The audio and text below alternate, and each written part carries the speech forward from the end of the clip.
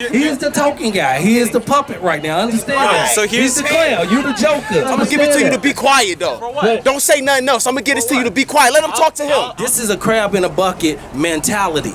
This is a Willie Lynch mentality where you put two blacks against each other. Now we were talking, man.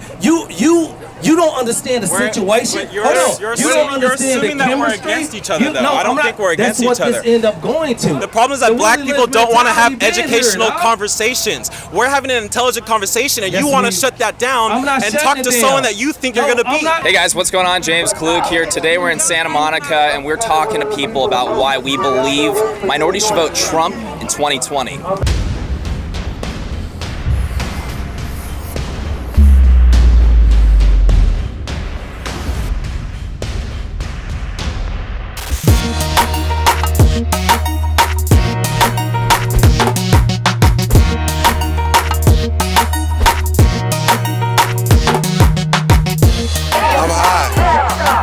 Los Angeles, baby.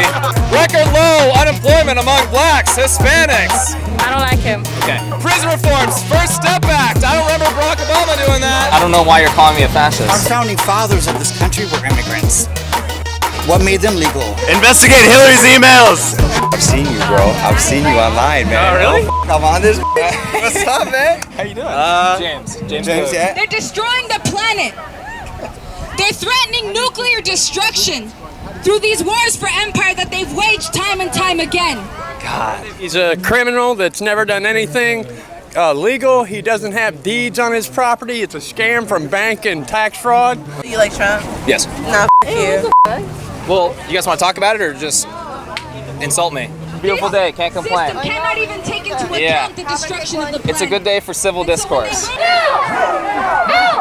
I believe that minorities should vote Trump in 2020. I believe he's doing a lot of great things when it comes to minorities in this country, such as, one, the economy, his pro-business approach to an economy. We have record low unemployment for Asian Americans, Hispanic Americans, African Americans. I'm from Louisville, Kentucky. Minorities are not working. You know, black unemployment is at a historic low right now, right? Like I told you, I'm coming from Louisville, Kentucky. The lowest unemployment rate in history. Talk to me about the economic gains that have been had in the black community or in other minority communities. Yeah, of course. We look out for what is gonna boost our economy. Excellent. Everybody has their own perspective. Is shortening prison sentences for nonviolent crimes going to boost the economy among minorities, which are in our prison systems? I believe it will. He's done a lot of great things for minorities in this country so far that other politicians aren't bothering doing. For example, we can talk about the White House Opportunity Revitalization Council. They have 8,700 opportunity zones across the United States that they're encouraging private sector investments to go into. They're doing that by tax incentives.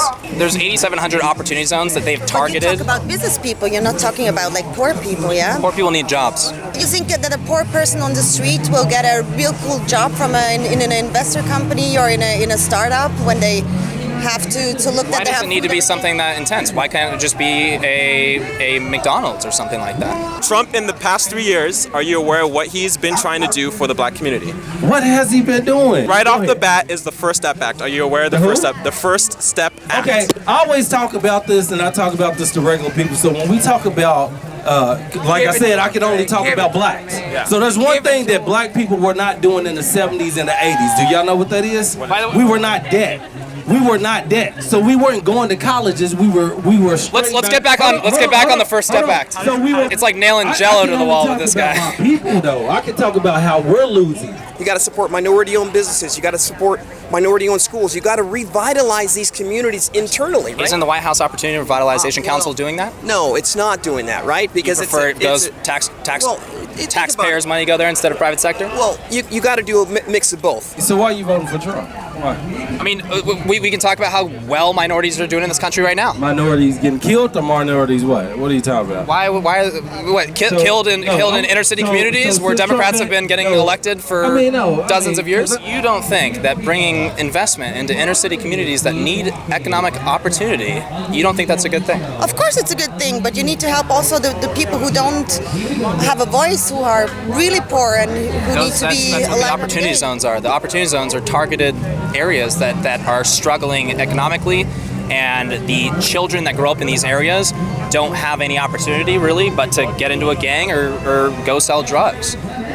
You're defending Hitler. I mean, wait, what? My fault. Hitler? My fault. Trump. My bad. Same thing.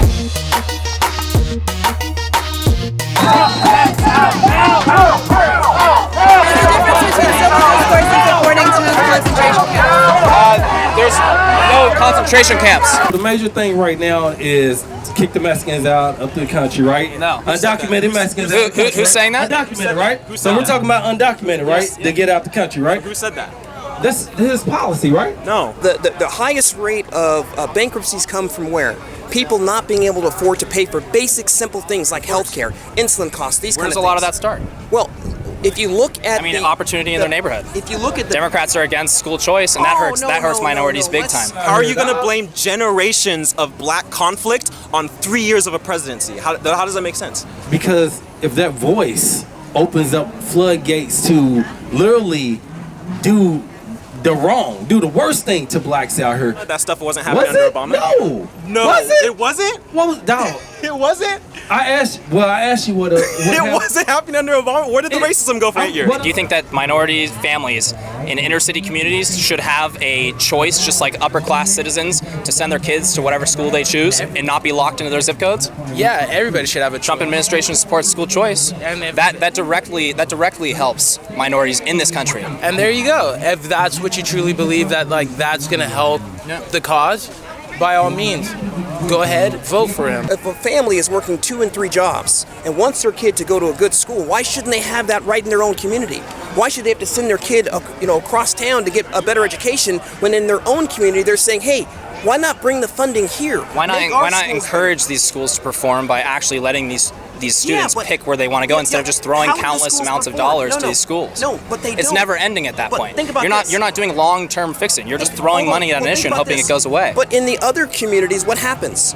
The schools are funded by property taxes. So in wealthier communities, property taxes support the schools, which create these better environments, right? They have laptops, they have TVs, they have these kind of things. My kids have been blessed to have an opportunity to go to good schools. That's awesome. Love that. Right? And all that stuff. Very cool. But I grew up in a community where they didn't have that. Yeah. Right? So why shouldn't my parents have had the same opportunity for me to be able to pick what school you want to go to. But if the schools are if your parents want you to go to a different school, they should have every right to do that. Go to a different school. How many of these families are actually working 2, 3, and 4 jobs? So it may seem as though their unemployment is lower, but their economic status hasn't changed. That's not how they measure unemployment rate. Actually, if you have multiple jobs, it doesn't affect. That doesn't matter. If you actually look That's at how the statistics are run, right? You're looking at it doesn't take into account how many people have stopped looking for work, how many are on temporary work status. Right now, you're talking about U6 instead of U3. They don't use U6 to talk about unemployment. They use U3 statistics. Okay. U6 doesn't have an individual breakdown on race, sex, or anything like that. U3 does, and it's what we always base on. And U6 is also record low as well. Not full record low, but it's low. It travels with U3. It's disingenuous to bring up U6. Complete disingenuous. Well, how was that disingenuous? Who created more jobs, Obama administration or the Trump administration? Are we including a bunch of fake green jobs that failed? Hey, I'm talking about the same statistical measurements that you're using. So, let's GDP growth. Would you like to look at? Or what would you like to look at? I'd love to do with GDP growth. Excellent. Because that's a losing argument. What did Barack Obama end his last year at GDP? GDP last year was what? 2.6? His final year. 2.6? That's completely inaccurate. It's 1.6. You're off by 1%. There are countless quotes from Barack Obama saying that 2% is the new norm. When Trump said that he was going to flatly reject that new norm, what did he say? Anyone remember? Oh, what was he have, a magic wand? Literally 2018, Trump saw 2.9% GDP. How many? And you want to know why? It's because the pro-business policies that he's implementing. During Obama's administration, he had over 3% GDP. No, that's inaccurate. He never passed 3%. You want to pull out your phone? Of course. All right, let's do it. Yeah, let's do it. So if I can prove you wrong right now, that Obama administration... I will post this up if you prove me wrong. So Obama never had GDP growth above 3%. Yes. Everyone sees that, right? Yeah. Let's go. Now I'm really nervous. Annual rate. I don't see a single 3%. 2015. I don't see a single. 2.9% in 2015. There you go. You lost my friend. Well, no. But now the conversation is going between 2 African Americans disputing on something. That's why we are so broken in this country, bruh. He is the token guy. He is the puppet right now. Understand that? So he's the clown. You the Joker. I'm gonna give it to you to be quiet though. For what? Don't say nothing else. I'm gonna get this to you to be quiet. Let him talk to him. This is a crab in a bucket mentality. this is a Willie Lynch mentality where you put two blacks against each other. Now we were talking, man. You don't understand the situation. You're assuming that we're against each other, though. I don't think we're against each other. That's what this end up going to. The problem is that black people don't want to have educational conversations. We're having an intelligent conversation, and you want to shut that down and talk to someone that you think you're going to beat. Yes, Trump's doing amazing things for minorities. One more chance at a civil discussion between two people that disagree with each other. Get the f away from me. She's friendly. You agree? Yes. Right on, man. Very cool, Arthur. What have Democrats done for minorities? I mean, they were the opposition in the Civil Rights Act of 1964. Democrat senators filibustered the bill for 75 days. Republicans were the ones that were trying to get it passed. We can even go all the way back to slavery. They opposed the 13th Amendment, the 14th Amendment, the 15th Amendment. Might as well give conservative policies a chance in inner city communities and minority communities, because Democrats haven't done anything.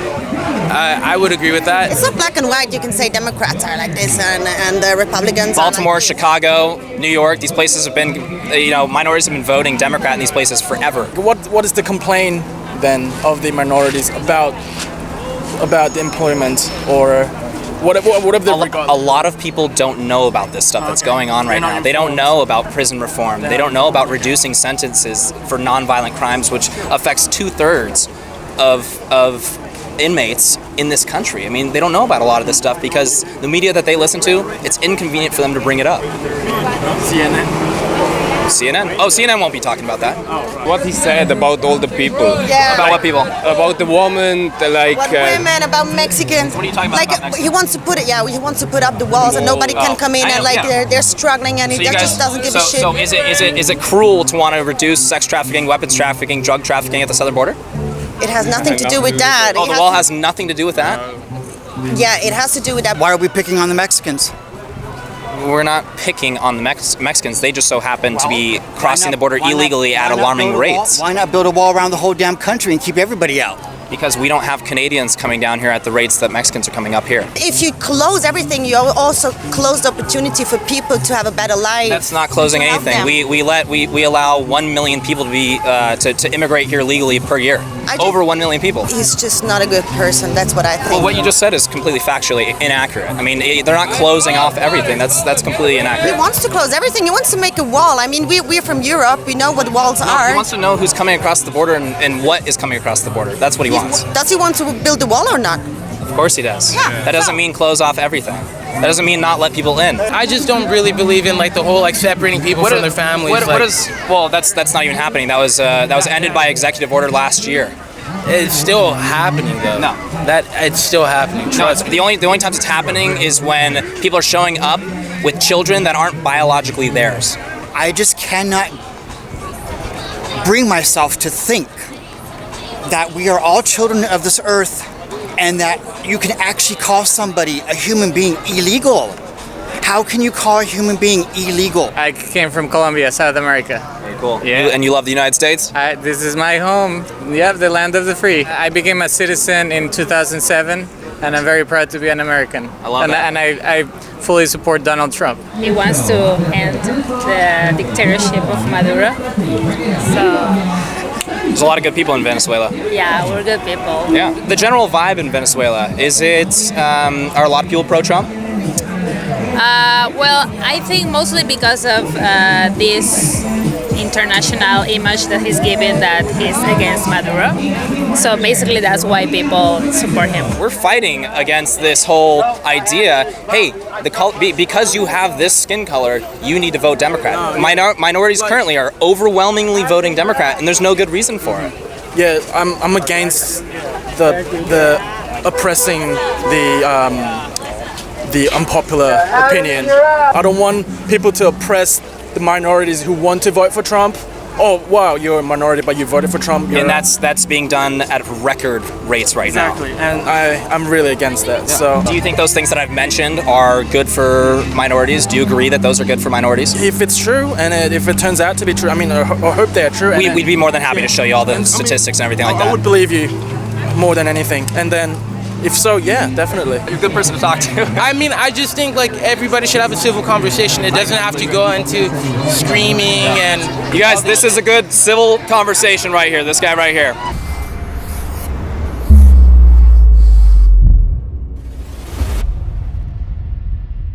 it's all about the skin color, bro. So like that's his main focus. Because if that one is focused, today we are talking about minorities. If that one is focused, he won't be worried about trying to get people hard-working ass people out of here. Do you guys think you're a better option? What? Wait, don't look. So Donald Trump is one of the biggest his campaign, one of the biggest marketing. Don't do that for real, bro. Like, there's no reason we're not getting violent or anything like that. I've been nothing but respectful to you. I talk to because I don't like you for some reason. No, don't. Well, hey, you know what? Bro. I like you, and I think you're probably a good person.